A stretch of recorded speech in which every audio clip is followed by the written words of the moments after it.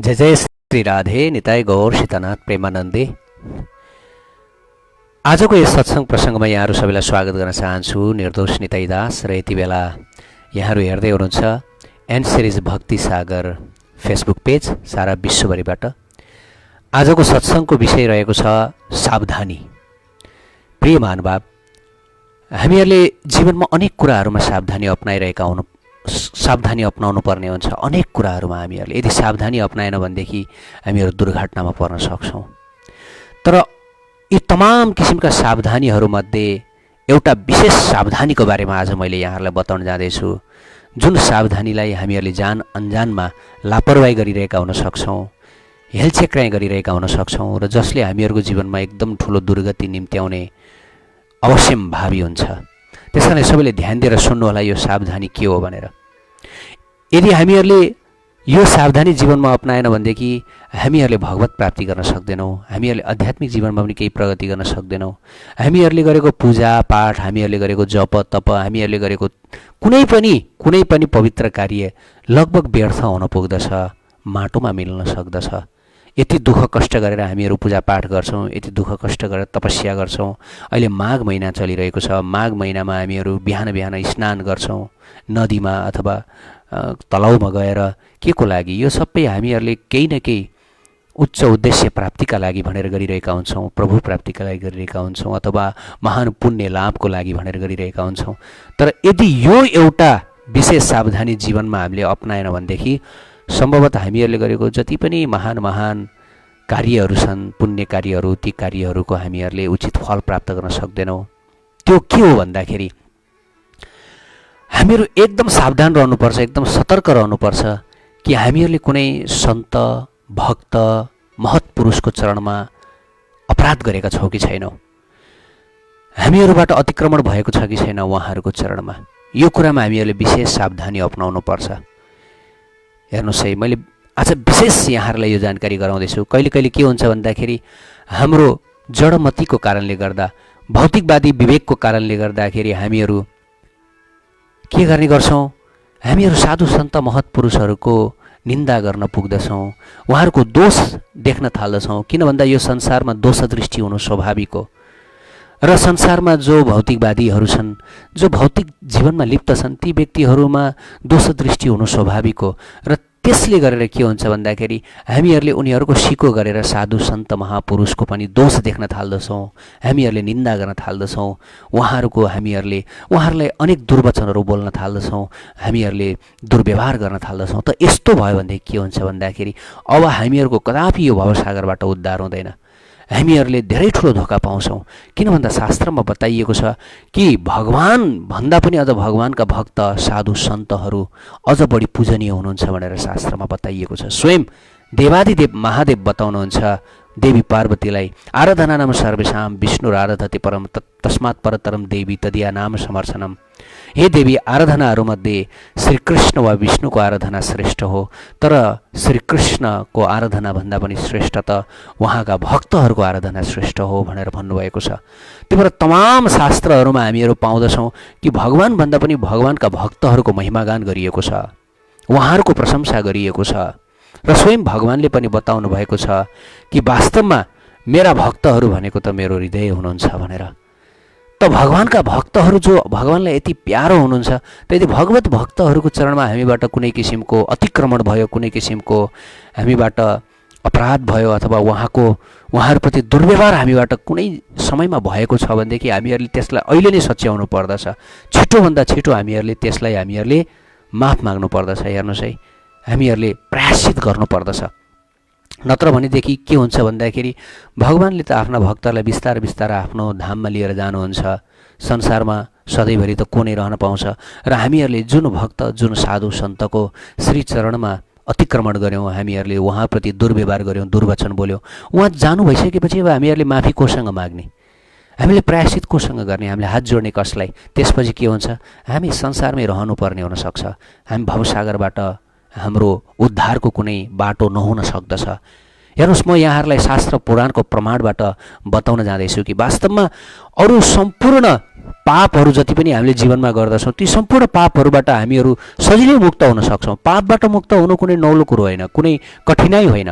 किन गीतामा कृष्ण भगवानले बताउनु भएको छ कि सर्वधर्म परित्याज्य मामेकम शरणं व्रज अहम त सर्व पापेभ्यो मोक्षयिष्यामि मा शुचः प्रसिद्ध श्लोक हो। यो श्लोकमा भगवान के बताउनुहुन्छ कि सर्वधर्म छोडेर मेरो शरणमा पर्नेको म सम्पूर्ण पापहरू नष्ट गरिदिन्छु, सर्व पापबाट म उसलाई उद्धार गर्दछु भनेर त भन्नुभएको छ कृष्णले। त पापबाट मुक्त हुनु यो कुनै ठुलो कुरो होइन, यो कुनै नौलो कुरो होइन। पापबाट मुक्त त सजिलै हुन सकिन्छ। बस श्री कृष्णको शरणमा परौँ। हे कृष्ण कृष्ण शरणम मम भन्दै कृष्णको शरणमा हामी पर्ने हो भनेदेखि पापबाट हामी मुक्त भयौँ। पापबाट मुक्त हुनु त कुनै नौलो कुरो भएन। गङ्गामा स्नान गऱ्यौँ भने पनि हामी पापबाट मुक्त हुन्छौँ। तर प्रिय महानुभाव, सत्य कुरा बताउन जाँदैछु, पापबाट मुक्त भए पनि साधु सन्त वैष्णवहरूको चरणमा गरिएको जुन अपराध छ त्यो अपराधबाट चाहिँ मुक्त हुन सकिँदैन। त्यसको लागि त बडा सावधानी नै अपनाउनु पर्ने हुन्छ। त्यसैले जीवनमा हामीहरू सतर्क रहनुपर्छ कि हामीहरूले साधु सन्तहरूको निन्दा कहिले गरेका छौँ कि, हामीहरूले उहाँहरूलाई दुर्वचन बोलेका छौँ कि, अपशब्द बोलेका छौँ कि, अथवा हामीहरूले बोल्ने क्रममा यो हड्डी नभएको जिब्रो भनिन्छ, हामीहरूले व्यवहार गर्ने क्रममा बोल्ने क्रममा हामीले यस्ता शब्दहरू बोल्यौँ जुन शब्दले कसैको चित्त दुखेको छ कि, कसैको भित्र चोट पुगेको छ कि, हामीहरूले सधैँभरि विचार गर्नुपर्दछ। यदि छ भने त्यसलाई रिकल गरेर हामीहरूले त्यसलाई सच्याउनुपर्छ। माफ माग्न हामीहरू पछि पर्नुहुन्न। हेर्नुहोस्, जो व्यक्ति माफ माग्दछ ऊ महान बन्दछ, तर जो व्यक्ति माफ माग्दैन ऊ कहिले पनि ऊ जहाँ कतै रहन्छ। वास्तवमा हो माफ माग्ने व्यक्ति सधैँभरि महान रहन्छ। मैले सत्य कुरा यहाँलाई बताउन जाँदैछु। हेर्नुहोस्, महाभारतको प्रसङ्ग म यहाँलाई बताउन जाँदैछु। यस्ता तमाम घटनाहरू छन् हाम्रो शास्त्रमा। हाम्रो पुरो शास्त्रमा हामीहरूले कसरी भक्तहरूसँग व्यवहार गर्नुपर्छ भन्ने कुराको यथेष्ट प्रमाणहरू छ। महाभारतमा अर्जुन, हेर्नुहोस् है, अर्जुन युद्ध गर्न चाहनुहुन्न थियो। गीताको सुरुवातमै अर्जुनले भन्नुभएको थियो, म यो युद्ध गर्न चाहन्न, मलाई यो रगतले मुछिएको राज्य चाहिँदैन। हे कृष्ण, यदि राज्य लिन्छन् भने उनीहरूले ल्याउन् भनेर अर्जुनले भन्नुभएको थियो। अर्जुन त जङ्गलमा गएर पात पतिङ्गर खाएर चाहिँ आफ्नो जीविकोपार्जन गर्न चाहनुहुन्थ्यो। हेर्नुहोस् है, अर्जुनको मनमा त उनीहरूप्रति कुनै पनि द्वेष भाव नै थिएन कौरवहरूप्रति। जबकि कौरवहरूले यति ठुल्ठुलो भीषण अपराध गरेका थिए, यति अन्याय गरेका थिए पाण्डवहरूमाथि। हेर्नुहोस् त, लाक्षागृहमा राखेर जलाउन खोजे, अनि त्यसै गरी आएर 14 वर्ष वनवास पठाए, द्रौपदीको वस्त्र हरण गरे, अनेक तरिकाले पाण्डवहरूमाथि अनेक किसिमको ज्यादती गरे। तर पनि अर्जुनले माफ माग्दैन, अर्जुनले क्षमा गरिदिनु भयो, अर्जुनले भुलिदिनु भयो। युद्ध गर्ने बेलामा अर्जुनले होइन छोडिदियो आफ्नै भाइहरू हुन्, आफूलाई दाइ भाइलाई मारेर के पाइन्छ र भनेर अर्जुनले हेर्नुहोस् आफ्नो कस्तो साधुता, कस्तो आफ्नो भक्त स्वभाव प्रदर्शन गर्नुभयो। भक्तको स्वभाव भनेको बडा विचित्र छ। भक्त कस्तो हुनुहुन्छ भन्दाखेरि भक्त आफूमाथि अन्याय गर्ने, आफूलाई दुःख दिने, होइन, आफूलाई नराम्रो सोच्दा पनि भक्तले कहिले नराम्रो सोच्नुहुन्न। यो हो भक्त, यो हो वैष्णवको विशेष गुण। वैष्णवको स्वभाव, सन्त स्वभाव नवनीत स्वभाव, सन्तको स्वभाव नवनीत समान हुन्छ, नौनी जस्तो हुन्छ।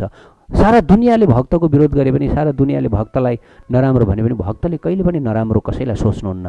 भक्तको मनमा कसैप्रति नकारात्मक भावना हुँदैन, राग द्वेष ईर्ष्या हुँदैन। यदि कसैको मनमा राग द्वेष ईर्ष्या, कसैप्रति प्रतिशोधको भावना हुन्छ भनेदेखि ऊ त भक्त हुनै सक्दैन, ऊ त अन्य व्यक्ति हुन्छ, भक्त हुन सक्दैन। त भक्तको मनमा कसैप्रति यस्तो भावना हुँदैन। त अर्जुनले यो प्रमाण दिनुभयो कि उहाँ एक भक्त हुनुहुन्थ्यो, भगवत भक्त। तर भगवत भक्तको हृदयमा त कुनै पनि किसिमको प्रतिशोध, कुनै पनि किसिमको त्यस्तो भावना थिएन।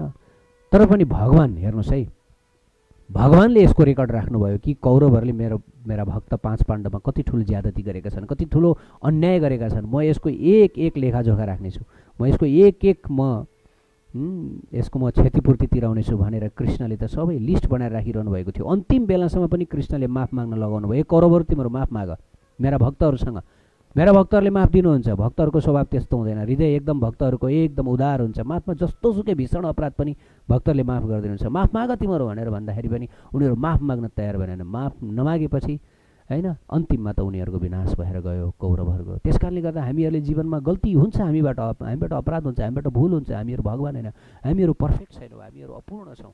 त अपूर्ण इन्द्रिय, अपूर्ण बुद्धि, जड विवेक, हामीबाट ठुल्ठुलो भीषण पनि अपराध हुनसक्छ, हामीबाट दोष हुनसक्छ, हामीबाट दुर्व्यवहार, हामी दुर्वचन, अनेक किसिमका हामीहरूबाट अतिक्रमण हुन सक्छन्। तर पनि हामीहरूले सधैँभरि हात जोडेर माफ माग्ने यो हामीहरूले बानी गर्नुपर्छ, यो आदत सिक्नुपर्छ। किन भन्दा माफ माग्नाले, साधु सन्तहरूसँग माफ माग्नाले उहाँहरूले हामीलाई माफ दिनुहुन्छ यथार्थमा भन्नुपर्दाखेरि। तर यो होइन कि अब माफ दिनुहुन्छ उहाँहरूले मनमा राख्नुहुन्न भनेर हामीहरूले जानी त्यस्तो किसिमको दुर्व्यवहार, दुर्वचनहरू बोलिरहनाले त्यसबाट फेरि अझ समस्या नराम्रो हुनसक्छ, समस्या अर्कै हुनसक्छ। यो कुरामा हामीले सावधानी अपनाउनुपर्छ। शास्त्रमा तमाम प्रमाण छन्। जस्तै अर्को एक प्रसिद्ध प्रमाण अम्बरीश महाराजको प्रसङ्ग। अम्बरीश महाराज 48 दिनदेखि एकादशी व्रत महा एकादशी व्रत गरिरहनु भएको थियो। पानी पनि नपिकन हेर्नुहोस् यस्तो भीषण व्रत गरिरहनु भएको थियो। र द्वादशीको बेलामा नियम के छ भन्दाखेरि द्वादशीमा अन्न सेवन गरेर एकादशीको व्रत पूर्ण गर्नुपर्दछ, पारायण गर्नुपर्दछ। र द्वादशीमा जब अम्बरीश महाराज भगवत प्रसाद अन्न सेवन गरेर चाहिँ पारायण गर्न लाग्नु भएको थियो, त्यो बेलामा के भएको थियो? दुर्वासा मुनि टुप्लुक्क आइपुग्नु भयो आफ्ना अनेकौँ शिष्यहरूका साथमा। त्यसपछि अम्बरीश महाराजलाई भन्नुभयो, हामी स्नान गरेर आउँछौँ, तिमीले हाम्रो लागि भोजन प्रसादीको व्यवस्था गर्नु। त्यसपछि दुर्वासा मुनि उहाँ आफ्ना शिष्यहरूका साथमा स्नान गर्न जानुभयो नदीमा। त्यसपछि अम्बरीश महाराज जसले व्रत तोड्न लाग्नु भएको थियो, उहाँले व्रत नतोडिकन अब ऋषिगणको लागि भनेर भोजन प्रसादीको व्यवस्था गर्नुभयो र प्रतीक्षा गरेर बस्नुभयो, कुन बेला आउनु होला, कुन बेला आउनु होला। तर समय के भयो? तर समस्या के भयो भन्दाखेरि अब जुन द्वादशीको जुन पारायण गर्नुपर्ने छ त्यो पारायणको समय नागिसक्न लागेको थियो। अब केही घडी मात्र बाँकी थियो। त्यसपछि अम्बरीश महाराज साधु सन्त ब्राह्मणको शरणमा पर्नुभयो। म यस्तो स्थितिमा के गरौँ भनेर भन्नुभयो। अनि उहाँहरूले सल्लाह दिनुभयो कि हेर्नुहोस्, अब अतिथिहरू आउनुभएको छ, त्यो पनि महर्षि यत्र महान महान ऋषिमुनि आउनुभएको छ, भोजन त ग्रहण गर्नु भएन। तर गर्नु के भन्दाखेरि यहाँले भगवत चरणमा अर्पण गरेको जुन तुलसी छ, तुलसी सेवन गरेर आफ्नो व्रत अथवा एकादशी व्रतलाई पूर्ण गर्नुहोला, पारायण गर्नुहोला भनेर भन्नुभयो। त त्यसपछि आएर अम्बरीश महाराजले उहाँहरूको सल्लाह बमोजिम तुलसी भगवत चरणमा अर्पण गरेको तुलसी दल लिएर एकादशी व्रतलाई पारायण गर्नुभयो। भइदियो के भन्दा केही समयपछि दुर्वासा मुनि आउनुभयो। दुर्वासा मुनि आएर चाहिँ देख्नुभयो कि अम्बरीश महाराजले त अब हामीहरूलाई नखुवाइकन अतिथिहरूको सेवा नगरिकन चाहिँ उसले गम खान थालेको रहेछ। जब यो देख्नुभयो त्यसपछि दुर्वासा मुनि क्रुद्ध हुनुभयो। क्रुद्ध हुनुभएर उहाँले के गर्नुभयो, आफ्नो कपालको एउटा जटा उखेलेर त्यो जटाबाट कृत्य बडा भयानक दैत्य पैदा गर्नुभयो र त्यो दैत्यलाई अम्बरीशको वध गर्नको लागि भनेर पठाउनु भयो। अम्बरीशलाई वध गर्नको लागि भनेर त्यो दैत्य हातमा खड्ग लिएर दौडियो। त्यसपछि के भयो हेर्नुहोस्, त्यसपछि भगवानको सुदर्शन चक्रले सधैँभरि हरिभक्तहरूको रक्षा गरेर बस्दछ।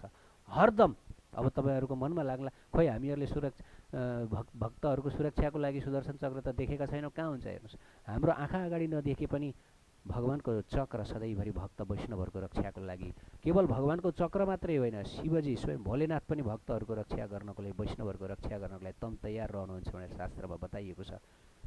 त भइदियो के भन्दाखेरि दुर्वासा मुनिलाई त्यसपछि आएर चाहिँ सुदर्शन चक्रले लखेट्न थाल्नुभयो। त्यो राक्षसको पनि त्यही वध गरिदिनु भयो। दुर्वासा मुनि भाग्दै भाग्दै कैलाशमा पुग्नुभयो, शिवजीको शरणमा पर्नुभयो। शिवजीले भन्नुभयो, म सक्दिनँ, मेरो बसको कुरो होइन। त्यसपछि ब्रह्माजीकोमा पुग्नुभयो। ब्रह्माजीले पनि भन्नुभयो, मेरो बसको कुरो भएन, म पनि सक्दिनँ। त्यसपछि कहाँ जानुभयो? साक्षात् भगवान् हरिको शरणमा पुग्नुभयो। भगवान् हरिले पनि भन्नुभयो, म पनि सक्दिनँ, मेरो बसको कुरो भएन। तिमीले मेरो जुन भक्तको चरणमा अपराध गरेका छौ अम्बरीश, उसकै चरणमा गएर माफ माग्नु। यदि अम्बरीशले तिमीलाई क्षमा गरिदियो, यदि अम्बरीशले तिमीलाई माफ गरिदिनु भयो भनेदेखि तिमीलाई माफ हुन्छ, तिमी यो अपराधबाट मुक्त हुन सक्छौ। तिमीलाई सुदर्शन चक्रले दण्डित गर्नुहुन्न, नत्र भनेदेखि मेरो केही लाग्दैन भनेर जब भन्नुभयो त्यसपछि दुर्वासा मुनि त्यहाँबाट अम्बरीश महाराजकोमा आउनुभयो र अम्बरीश महाराजको चरणमा परेर उहाँले माफी माग्नुभयो। हे अम्बरीश, हे भक्त, हे भगवत भक्त, मलाई माफ गर्नुहोला, मलाई माफ गर्नुहोला, मबाट ठुलो भुल भयो, मबाट अपराध भयो भनेर माफ माग्नुभयो दुर्वासा मुनिले। तर अम्बरीश महाराज हेर्नुहोस् है, कति महान हुँदो रहेछ। हेर्नुहोस्, भगवत भक्तको हृदय कति महान, कस्तो महान। अम्बरीश महाराजले मनमा त्यो राख्नु नै भएको रहेनछ। हेर्नुहोस्, उहाँ निरपराध हुनुहुन्थ्यो, उहाँले कुनै गल्ती गर्नुभएको थिएन, उहाँको कुनै दोष नै थिएन। उहाँ त बस द्वादशीमा भगवत प्रसाद अलिकति लिएर व्रत तोड्न चाहनुहुन्थ्यो बस। उहाँ त दुर्वासा मुनिकै प्रतीक्षा गरेर बसिरहनु भएको थियो। उहाँ त निरपराध, उहाँ त निर्दोष हुनुहुन्थ्यो। तर पनि दुर्वासा मुनिले त्यत्रो सङ्कट पैदा गरिदिनु भयो, वध गर्न खोज्नुभयो।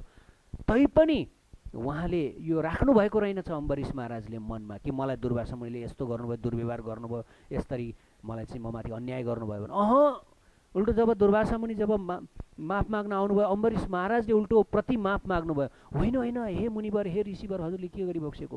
गल्ती त मबाट भयो, अपराध त मबाट भयो। मैले चाहिँ हजुरको चरणमा अपराध गरेँ, हजुरलाई मैले आतिथ्य गर्न सकिनँ, सेवा गर्न सकिनँ, बरु मलाई माफ गर्नुहोला, मलाई माफ गर्नुहोला भनेर चाहिँ अम्बरीश महाराज दुर्वासा मुनिको चरणमा पर्नुभयो। हेर्नुहोस् भक्तको स्वभाव कस्तो हुन्छ ल, हेर्नुहोस् है।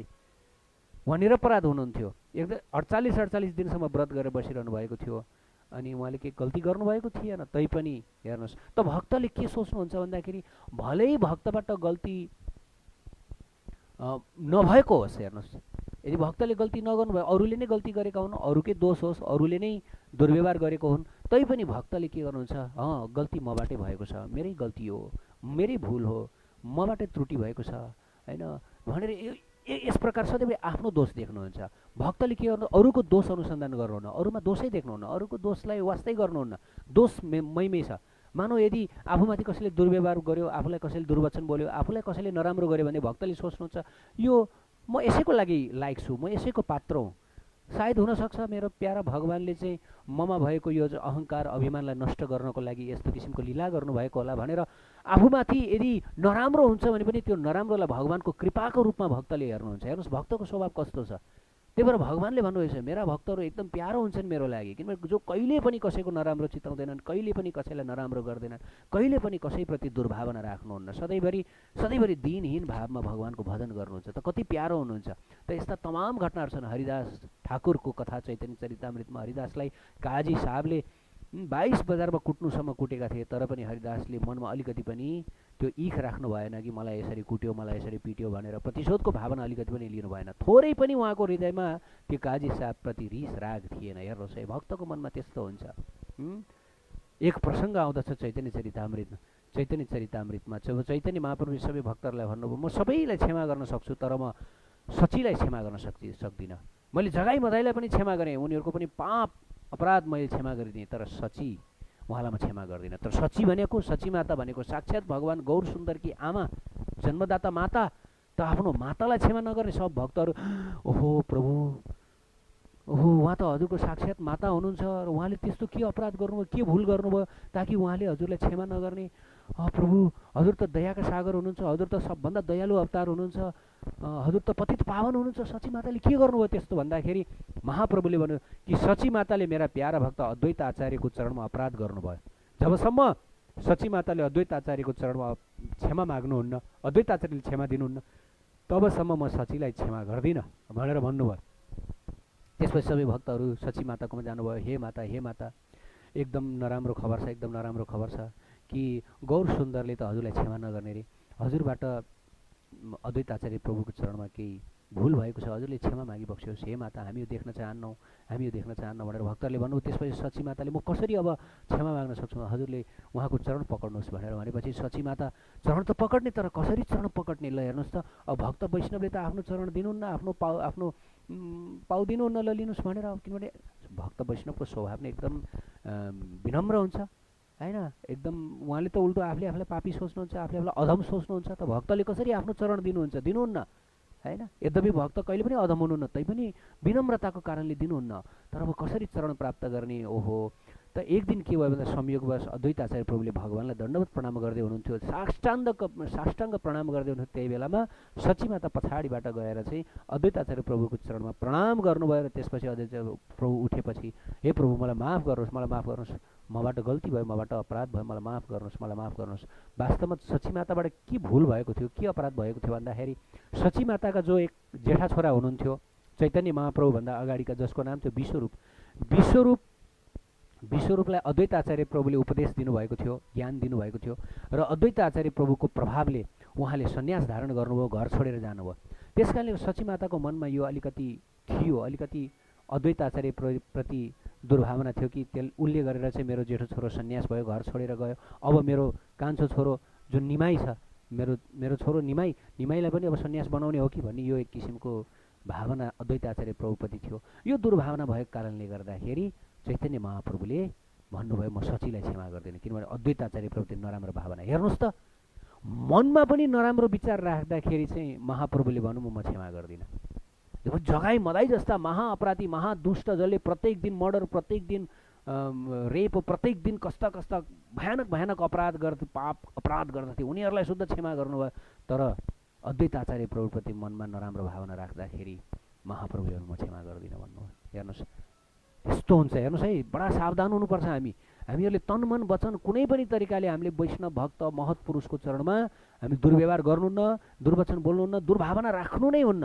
भलै संसारले राखुन्, सारा दुनियाँले राखुन्, तर हामी यदि कोही साधु सन्तले कसैले गल्ती गर्नुभएको जस्तो देखिनु भए पनि, उहाँबाट केही भुल भयो, केही उहाँहरूबाट केही पापकर्म भएको यहाँहरूले देख्नुभयो भने पनि त्यसमा हजुरले इन्टरफियर नगर्नुहोस्। त्यसमा हजुरले केही आफ्नो राय, आफ्नो विचार, आफ्नो वी डोन्ट नो, सब कर्ताहर्ता सबै उहाँ नै हुनुहुन्छ, श्रीकृष्ण।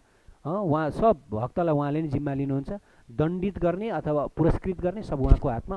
म यसमा केही पनि भाग लिन्न भनेर तुरुन्त त्यसबाट हटिहाल्नुहोस्, होइन? नत्र भनेदेखि हेर्नुहोस् है, तोमार हृदय सदा गोविन्द विश्राम, गोविन्द कहेन मोर वैष्णव प्राण। गोविन्दले के भन्नुभएको, हेर्नुहोस्, भक्तको हृदयमा गोविन्दको बास हुन्छ। गोविन्द के भन्नुहुन्छ कि भक्तहरू वैष्णवहरू त मेरो प्राण हुनुहुन्छ भनेर भन्नुभएको छ। यदि कसैले भक्त वैष्णवहरूको निन्दा गर्दछ, भक्त वैष्णवहरूलाई दुःख दिन्छ भनेदेखि वास्तवमा उसले गोविन्दको मुटु काट्न खोजिरहेको छ भनेर शास्त्रमा बताइएको छ, र भगवान्ले यो कदापि सहन सक्नुहुन्न। हेर्नुहोस् 5 पाण्डवहरू, अर्जुनले त माफ गरिदिनु भयो। अर्जुनले त खासमा यो हृदयमा राख्नु नै भएन, तर श्रीकृष्णले हृदयमा राखिरहनु भयो, मेरा भक्तहरूलाई दुःख दिने, तिमीहरू दुष्ट कौरवहरूलाई म बाँकी राख्दिनँ भनेर। हेर्नुहोस् है, बडा सावधान हुनुपर्छ हामीहरू, बडा सावधान। सन्त वैष्णव भक्तहरूको चरणमा हामीहरूले कुनै किसिमको त्यस्तो किसिमको अतिक्रमण गर्नुहुन्न है, यति कुरामा सावधान हुनुपर्छ। यस्ता धेरै प्रसङ्गहरू छन्। दैन्य भाव, हेर्नुहोस्, हामीबाट गल्ती नभए पनि, ल अरूबाटै गल्ती भयो र उहाँबाटै गल्ती भयो भने पनि हामीहरू सदैव झुक्न तयार हुनुपर्छ। हेर्नुहोस्, राधाकृष्णको धाम जाने जुन मार्ग छ, बाटो छ, त्यो भनेको साँघुरो छ अरे, खुल्ला छैन, साँघुरो छ। भौतिक जगतको बाटो खुल्ला छ, ठुलो छ, हाइवे छ, त्यही भएर भौतिक जगतमा मानिसहरू एकदम शानले हिँड्छन्, एकदमै शिर ठाडो गरेर हिँड्छन्, खुल्ला छ यो। तर राधाकृष्णको चरण प्राप्त गर्ने जुन बाटो छ एकदमै साँघुरो छ, साँक्रीखोर भन्छ नि बर्सानामा, एकदमै साँघुरो, र त्यहाँ एकदमै निहुरिएर हिँड्नुपर्छ, एकदम निहुरिएर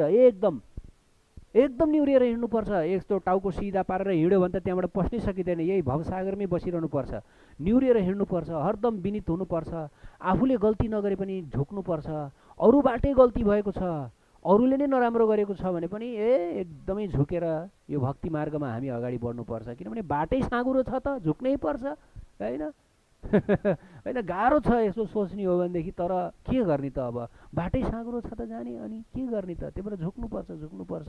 यसलाई दैन्यताको भाव भनिन्छ। त्यही भएर त चैतन्य महाप्रभुले भन्नुभयो, तृणादपि सुनिचेन तरुरपि सहिष्णु अमानिन मानदेन कीर्तनीय सदाहरि। त्यो व्यक्तिले मात्रै पुरा जीवनभर हरिको पूजा गर्न सक्छ, हरिभजन गर्न सक्छ। कसले? कि जसले आफूलाई तृणभन्दा पनि तुच्छ सोच्दछ। बाटोमा फालेको तृण हुन्छ नि, घाँसलाई हामीले कुल्च्यौँ भने पनि त्यो घाँसले हामीलाई कुल्चिँदैन। त्यो घाँसलाई कुल्च्यो भने के हुन्छ, त्यो घाँस फेरि आफ्नो ठाउँमा आएर जस्ता तस्तै हुन्छ। उसले कसैलाई प्रतिशोधको भावना राख्दा पनि राख्दैन, तैँले मलाई कुल्चिस किन कुल्चिस ह्यान त्यान भन्दा पनि भन्दैन, केही प्रतिक्रिया नै दिँदैन। घाँसले दिँदैन, ऊ आफ्नो ठाउँमा आउँछ, बस, उसको मनमा कुनै राग द्वेष हुँदैन। अनि भगवान्ले भन्नुभएको छ कि वृक्षभन्दा पनि सहिष्णु हुनुपर्छ रे एक भक्त, एक वैष्णव। कसरी वृक्षभन्दा सहिष्णु?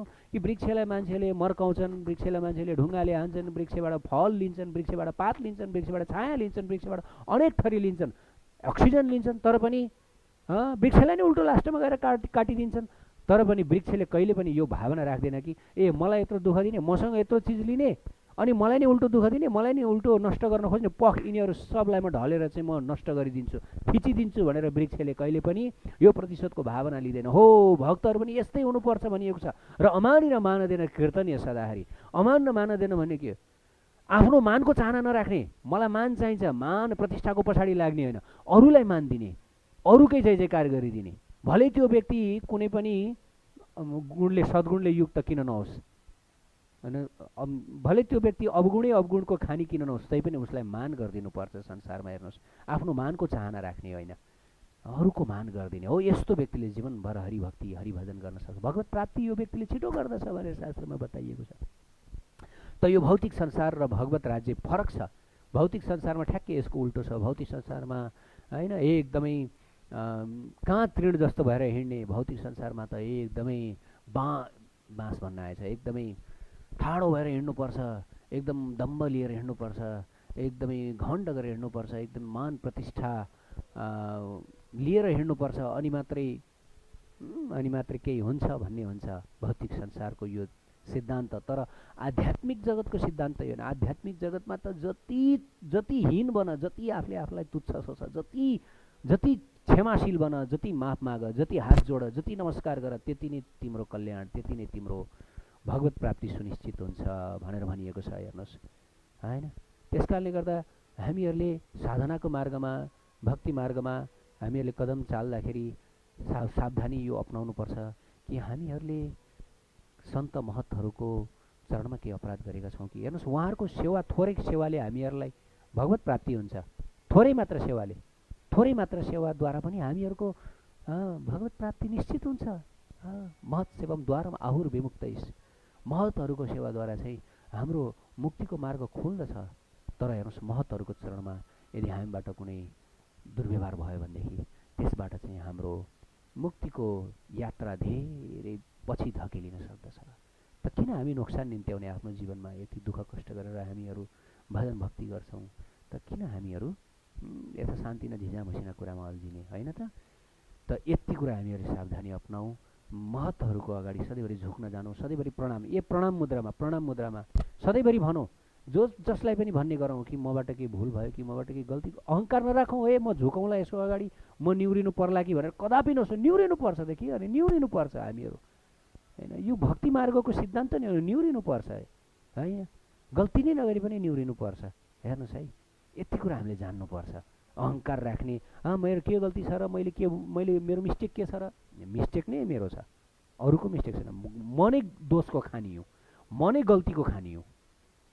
भने यति विचार गरेर चाहिँ हामीहरू भक्ति जीवनमा अगाडि बढ्यौँ भनेदेखि छिटोभन्दा छिटो प्रभु एकदमै राधारानीले एकदमै हामीमाथि कृपा गरी बक्सिन्छ। यो दीनता भावले उहाँलाई एकदम आकर्षित गर्दछ, र छिटोभन्दा छिटो उहाँ आकर्षित बनिदिनुहुनेछ है।